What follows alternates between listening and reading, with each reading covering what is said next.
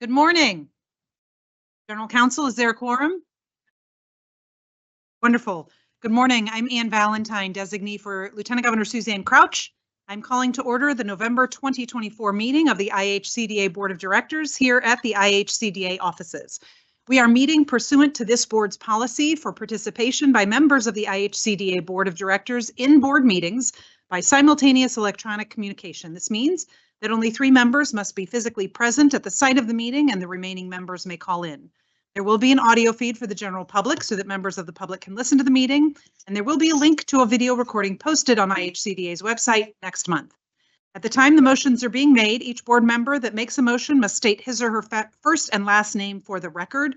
The votes will then be tallied by roll call. I will now take a roll call of the board members to confirm members who are present and their location. Mark Pascarella, designee for State Public Finance Director Dan Hughey. Present in the room. Abhi Reddy, designee for Treasurer of State Daniel Elliott. Present in the room. Board member Michael Schopmeyer. Present virtually in Evansville, Indiana. Board member Andy Place. Present in the room. So exciting to have you in the room. Board member Chad Greiwe. Present virtual. Board member Tom McGowan is not with us today. I'm Ann Valentine, designee for Lieutenant Governor Suzanne Crouch in the room. All right, the first item on the agenda is the approval of the minutes from the October 24th, 2024 board meeting. Those have been provided in advance. Does anyone have any changes or corrections to the board meeting minutes? Andy Place, motion for approval. We have a motion for approval. Do we have a second? I'll be ready. Second. We have a motion and a second. I will now take the roll, although you know what, you guys know what to do. Mark Pascarella. Aye. Abhi Reddy. Aye. Michael Schopmeyer. Aye. Andy Place. Aye. Chad Greiwe. Aye. Chair votes aye. Motion carries.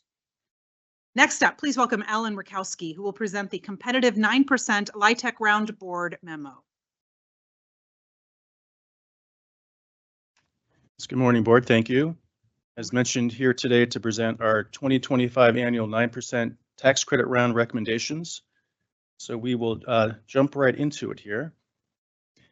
So starting with this year's tax credit ceiling, similar to what we've seen in previous years, the per capita ceiling this year is just over 20.5 million.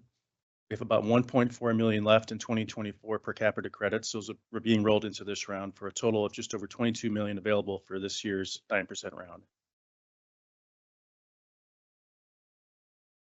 So a summary of the round, we received 37 applications, 56.9 million in tax credits being requested, 500,000 at home, development fund at 11,345,000, housing trust fund at 1.5 million.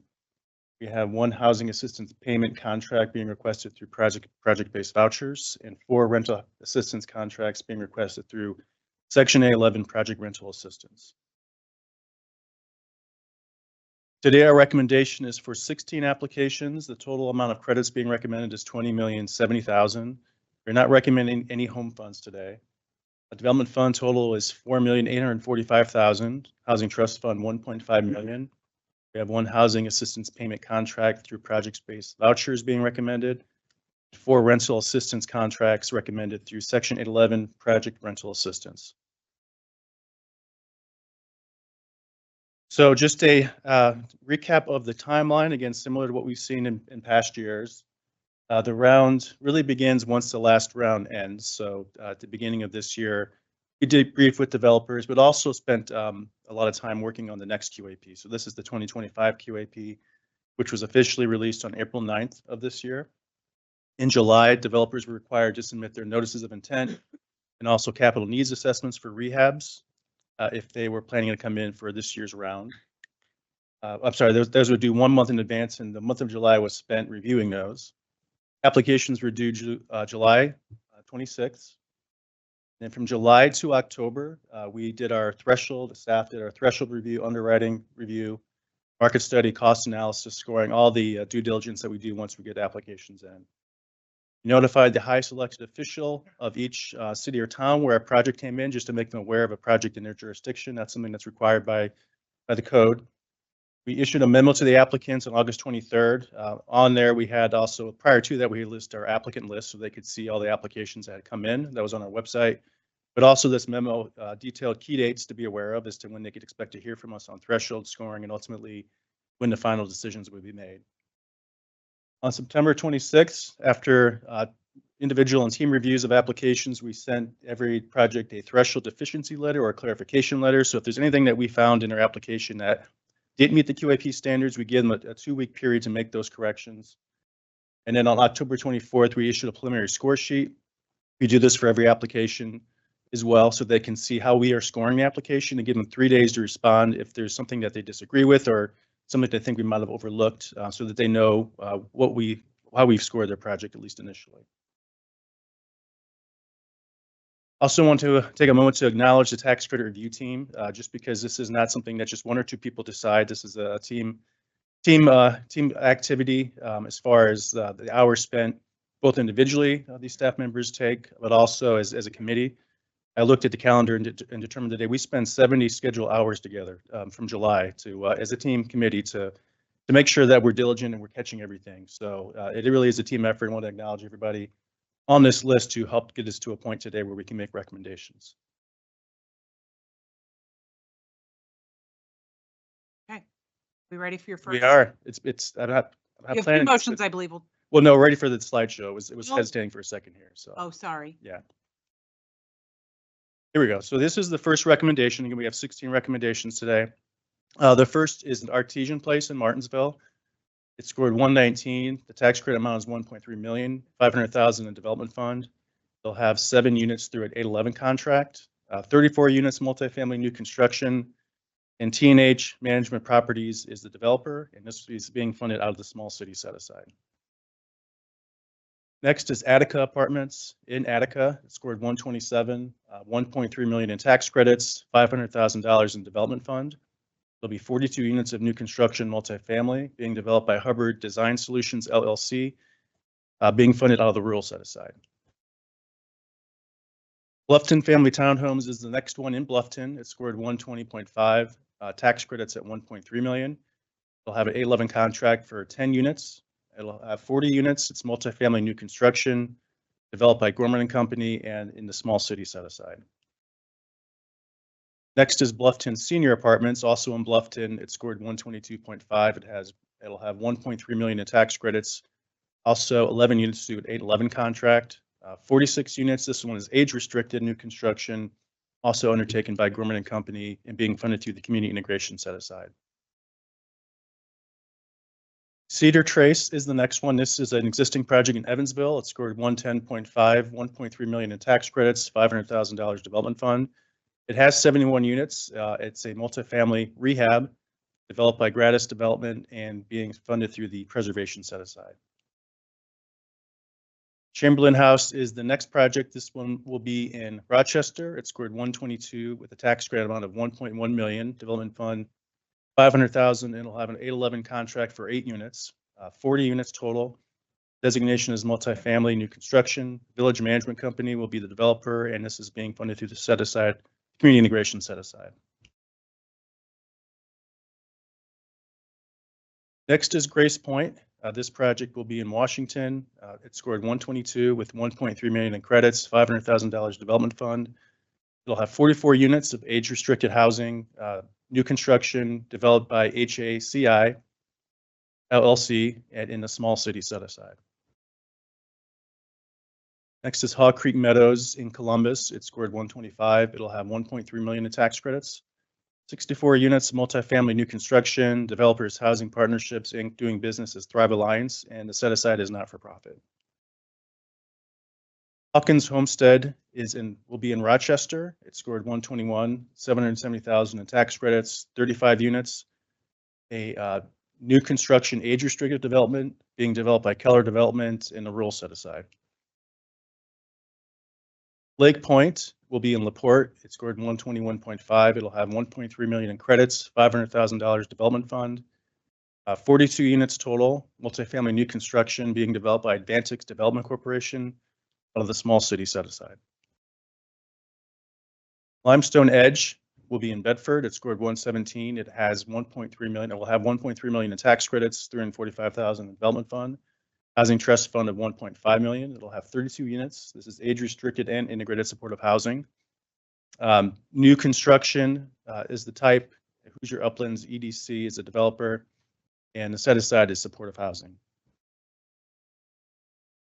Oak Street Village will be in Lagodi. It scored 132, 1.3 million in credits. It's a new construction multifamily deal being developed by JBH Ventures LLC, and it's being funded out of the rural set aside.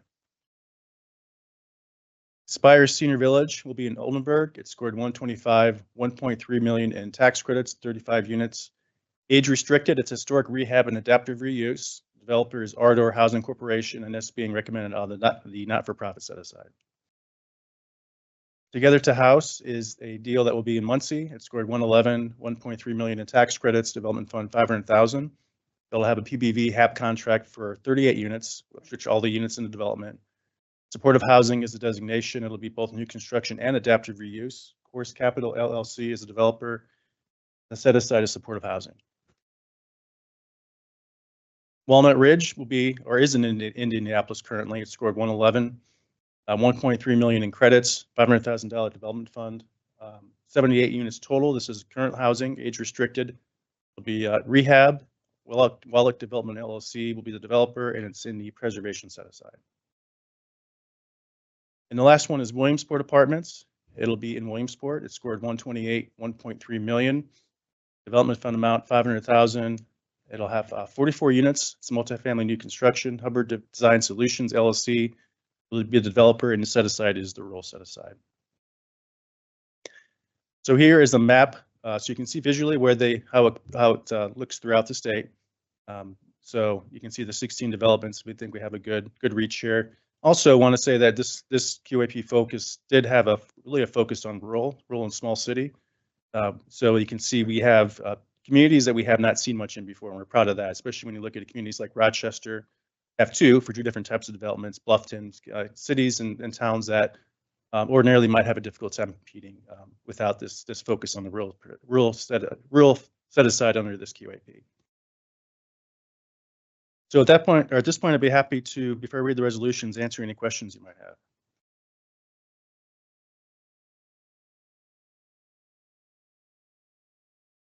Okay. We're ready for the first resolution. Okay.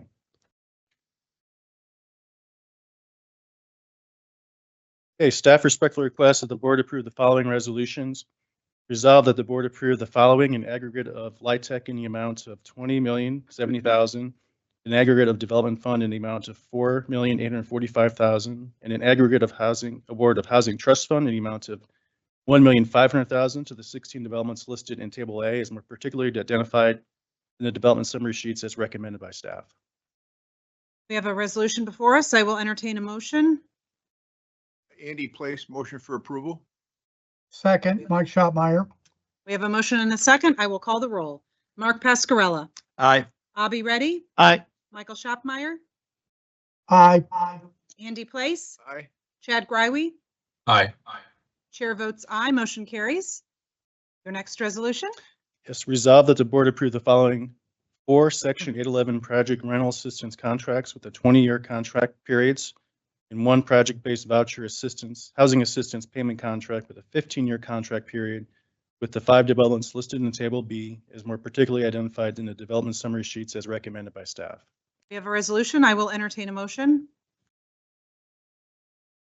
I'll be ready. Motion. Andy Place, second. A motion and a second for approval. I'll call the roll. Mark Pascarella, Aye. Abby Reddy, Aye. Michael Schopmeyer, Aye. Andy Place, Aye. Chad Greiwe. Aye. Chair votes aye. Motion carries.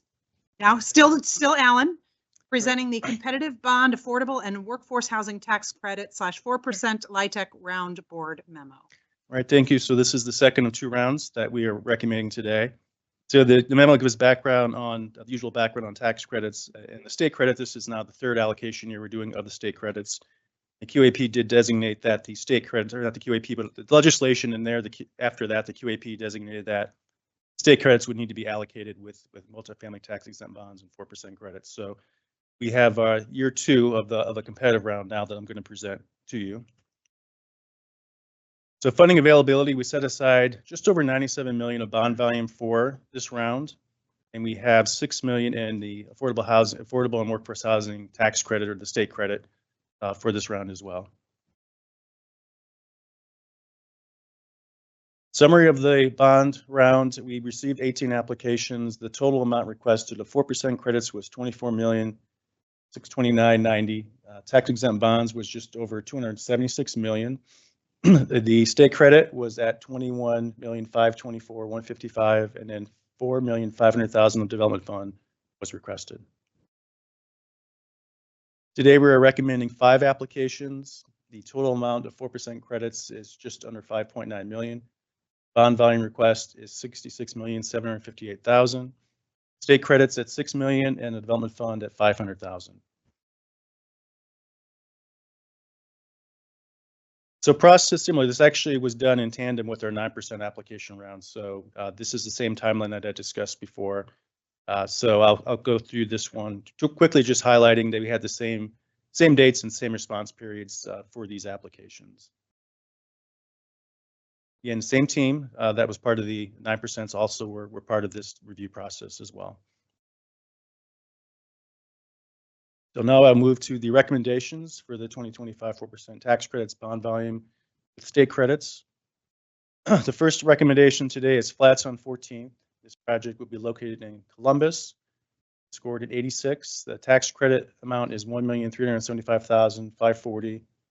15,208,000 in bond volume, 1.2 million in state credits. It'll have 110 units. It's a family new construction development being developed by TWG Development LLC, and the region is the Southeast region. Next is Foundry Row Apartments. This one will be in Muncie. It scored 86. Tax credit amount is 1,242,452. It'll have 13.3 million in bond volume. The state credit request is 1.2 million. 86 units of new construction with a family designation being developed also by TWG Development LLC, and this is coming out of the Northeast region.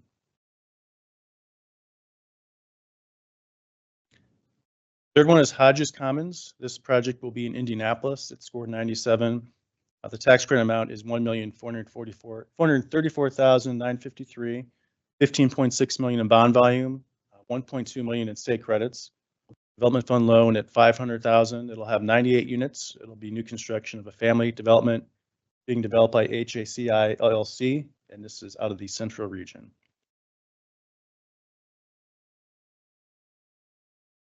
Next is Storyville Apartments in Logansport.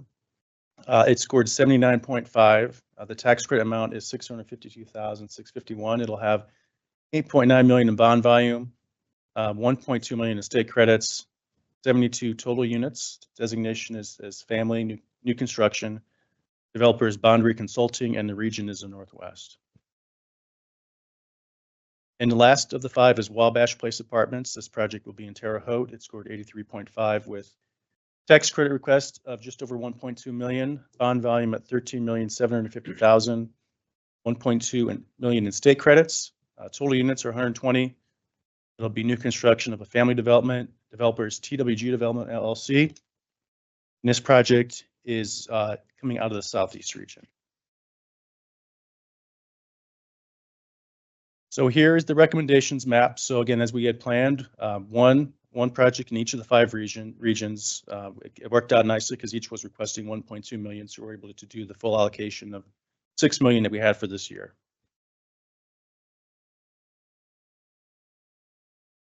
So I do also want to bring up the wait list and seek approval for this. So if you recall, last month I came to the board asking the board to approve a 45-day closing extension for projects that were awarded last year that had not yet closed on their bond financing and state credit financing.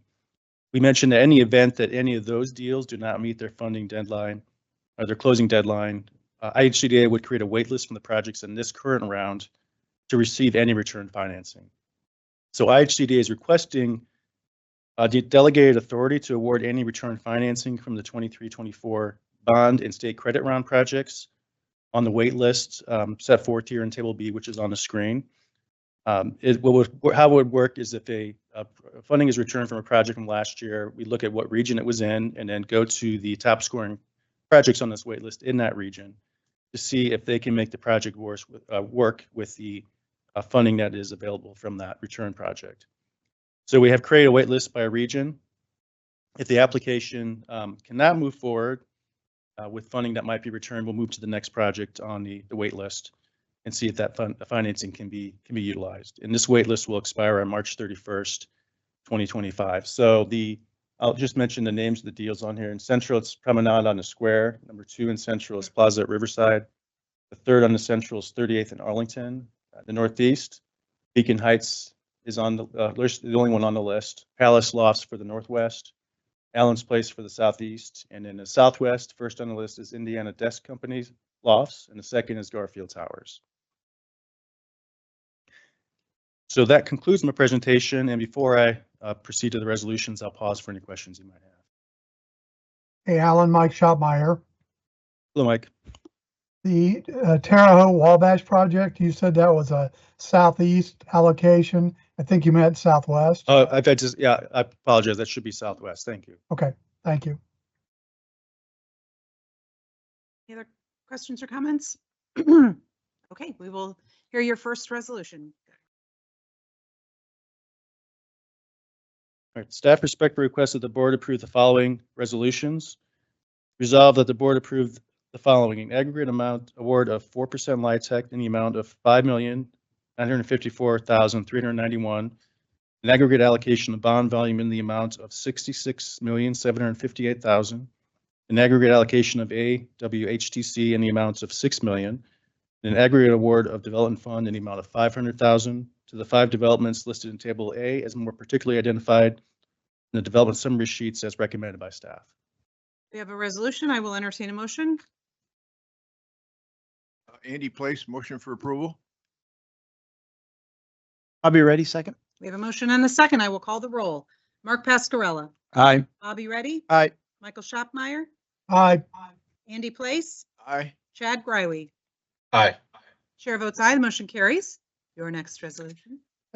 Resolved that the board approve the wait list presented in Table B and delegated authority to IHCDA's Deputy Executive Director and Chief Real Estate Development Officer to approve an allocation of 4% LIHTC, bond volume, AWHTC, and development fund in the amounts determined by IHCDA be financially feasible using any return financing from the 2024 bond and AWHTC round projects in the order established by the waitlist by region until such time the waitlist expires on March 31st, 2025, provided that the board is informed of all awards and denials made as recommended by staff. We have a resolution. I will entertain a motion. I'll be ready. Motion to approve. Mark Pascarella, second. We have a motion and a second. I will call the roll. Mark Pascarella, Aye. Bobby Reddy, Aye. Michael Shopmeyer, Aye. Andy Place, Aye. Chad Greiwe. Aye. Chair votes aye. Motion carries. All right, thank you. Thank you, Alan. Please welcome Emily Castro, who will present the non-competitive round board memo.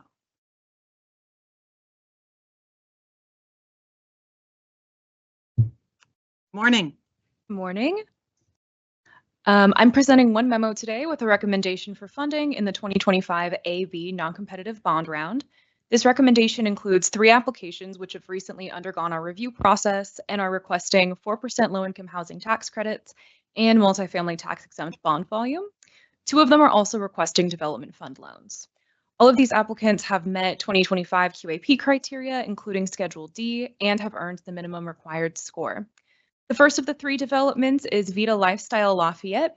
This development is the new construction of 189 units of age-restricted housing, 142 of which are LIHTC program units.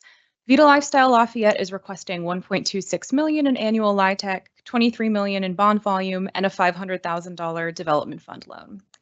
The second development in this recommendation is Broadway Park and Citizens Park. This is a scattered site development and includes 74 new construction units of affordable family housing in Indianapolis.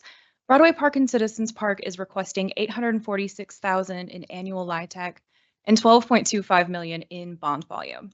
The third and final development is Vita of Westfield. This development is the new construction of 164 units of age-restricted housing, 134 of which are LIHTC program units. This development includes affordable assisted living, memory care, and independent living units. VITA of Westfield is requesting $1.3 million in annual LIHTC, $222.7 million in bond volume, and a $500,000 development fund loan. Each of these developments is described in greater detail in the development summary sheets attached to this memo.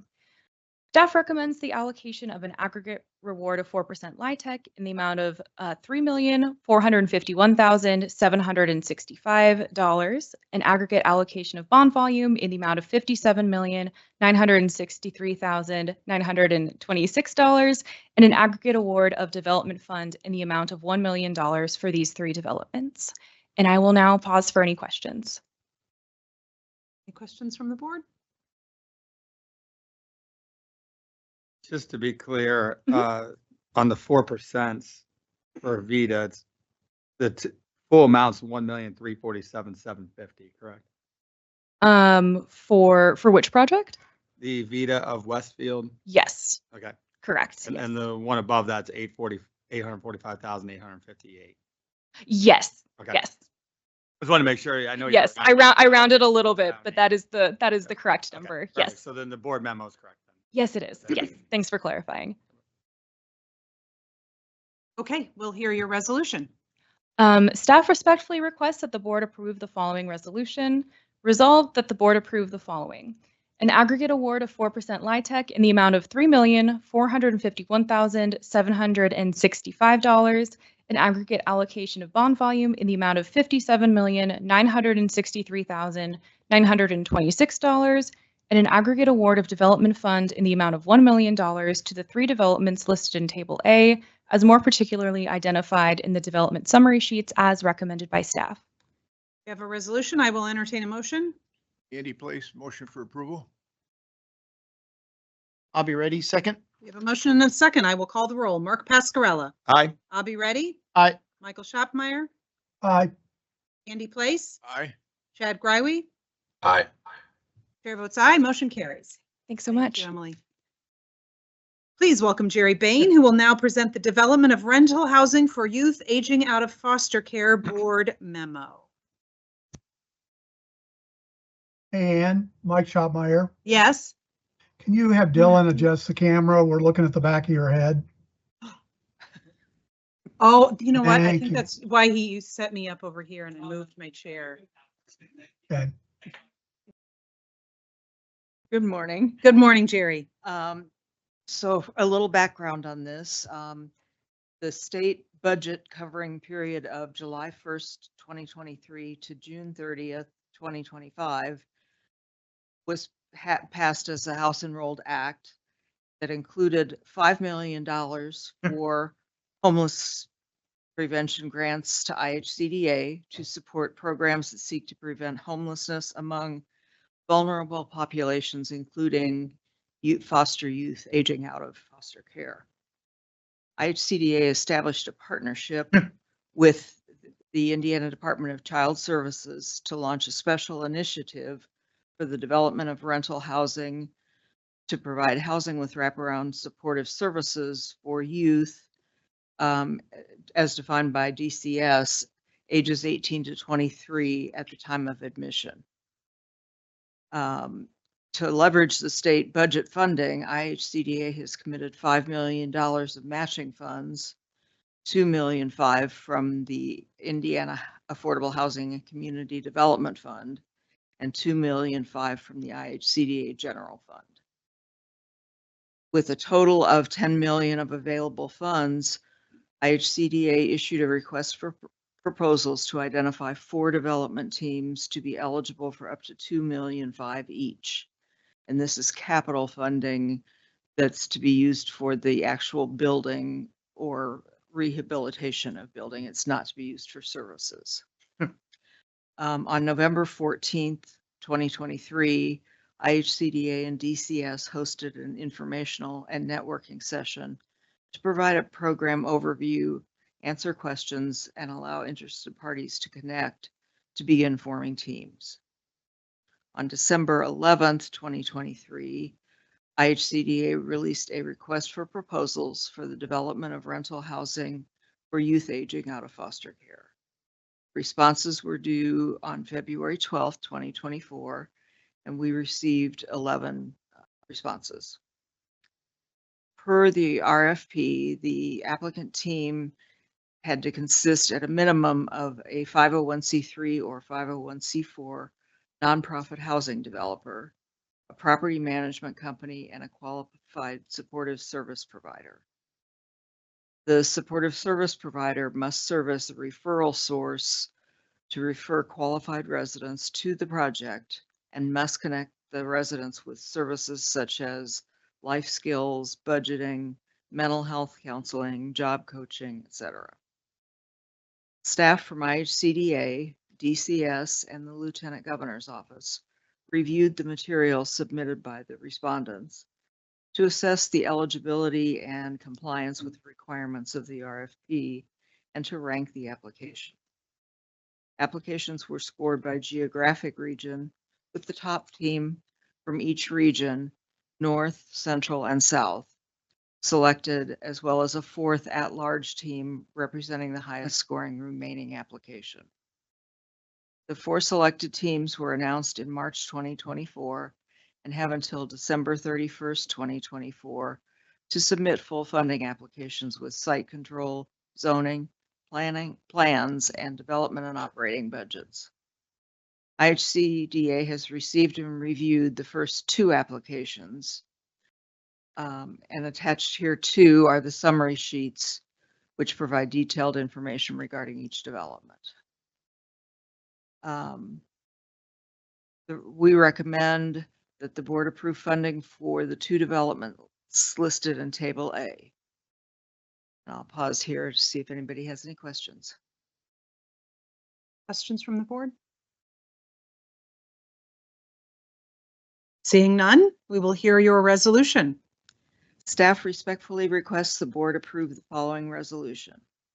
Resolved that the board approve the following: an aggregate award of homeless prevention grant funding in the amount of $2.5 million in the form of grants, an aggregate award of development fund in the amount of $1,250,000 in the form of grants, and an aggregate award of IHCDA general fund in the amount of $1,250,000 in the form of grants to the 2 developments listed in Table A, as more particularly identified in the development summary sheets as recommended by staff. We have a resolution. I will entertain a motion. I'll be ready. Motion to approve. Andy Place, second. We have a motion and a second. I will call the roll. Mark Pascarella. Aye. Bobby Reddy. Aye. Michael Schottenmeyer. Aye. Andy Place. Aye. Chad Greiwe. Aye. Chair votes aye. Motion carries. Thank you, Jerry. Thank you. And now our executive director providing an executive update. Okay, thank you, Madam Chair. A couple of quick items here to provide an update to the board. In partnership with the Governor's Office and FSSA, IHCDA received $10 million from the National Opioid Settlement, and we're going to create housing for individuals with a substance use disorder. We kicked this off in September by hosting an informational session for housing providers and housing service providers as well. And then immediately following that, we also released a request for proposals to select 4 teams, one that would represent the northern part of our state, one for central Indiana, and then one for the southern part of the state. And then we would select 1 team, regardless of its geographic location, to request up to $2.5 million, similar to what we just heard from the Youth Transition Out of Foster Care Initiative, to develop housing for individuals with a substance use disorder. A couple weeks ago, we received 19 proposals, and those are currently being reviewed by IHCDA, again, in partnership with the Governor's Office and also with FSSA. We're anticipating making the selection of the 4 teams by the end of this year. So just wanted to give the board an update on that. We're really excited about this initiative that we have and this unique opportunity for us to utilize the National Opioid Settlement Funds to create affordable housing with wraparound services for individuals. So I'm also excited to announce that we are just launched the 17th RFP for the Indiana Permanent Supportive Housing Institute. We'll be selecting teams for the Institute for next year. These teams, as a couple of these developments today, receive tax credits for developing permanent supportive housing, specifically for some of our most vulnerable population and those that are experiencing homelessness across our state, again, with wraparound services. So the Institute also coordinates, aligns with the coordinated entry process that we have that IHCDA also works with the balance of the state of the continuum of care. So these teams, obviously, that will be selected to go through the Institute for a few months to get that technical assistance and that training. It also helps streamline the process to apply for and receive capital funds like we did today. They also have access to pre-development loans as well. So we're excited about this. This year's teams will be focused more on smaller developments using the Home Investment Partnership Funds, and then also our 811 program that you heard about earlier today as well. Those are project-based vouchers for persons with an intellectual or a physical disability, where there's at least one person is also experiencing homelessness. So that's the priorities we've set for this year's institute. So I'll be hopefully here soon, maybe at the next board meeting or the following board meeting in January, I can give you the list of the teams that have been selected to participate in the 2025 Institute. So going back in time a little bit, in April of 2021, IHCDA received just over $167 million in funds from the U.S. Department of Treasury to stand up a foreclosure prevention program. It was called the Indiana Homeowner Assistance Fund. With those dollars to make payments to prevent foreclosure on mortgages. We've paid property taxes and insurance. We've expended all the funds. We've helped over 11,300 homeowners prevent foreclosure on their home. We have submitted our final report to the U.S. Department of Treasury, and we are now working on closing out that program. And we anticipate to have that program, all the documentation and everything submitted to Treasury by the end of this year. So that program is currently being closed out through the documentation process that we need to go through with Treasury. So the other last item I'll just mention, our December board meeting will be on December 19th at 10 a.m. Central Time. That's local time in Evansville. Our board meeting will be in Evansville at the Fresh Start Center at 13515 Buenos Vista Road. So we're looking forward to hosting, having our board meeting in Evansville at 10 a.m. Central Time. That's 11 a.m. Eastern Time. So just a quick update on that. So, and then lastly, I do want to thank you, Madam Chair and Valentine, for being always on time and keeping us going on our board meetings. Our board meetings have flown tremendously well thanks to your leadership. And I know this might be your last board meeting. So thank you for your work and your public service that you have done, specifically related to IHCDA and this board. So thank you very much. Thank you.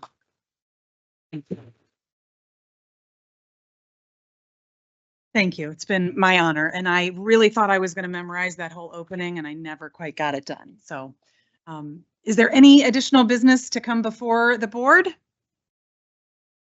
Seeing none, the meeting is adjourned as of 10:38. Thank you.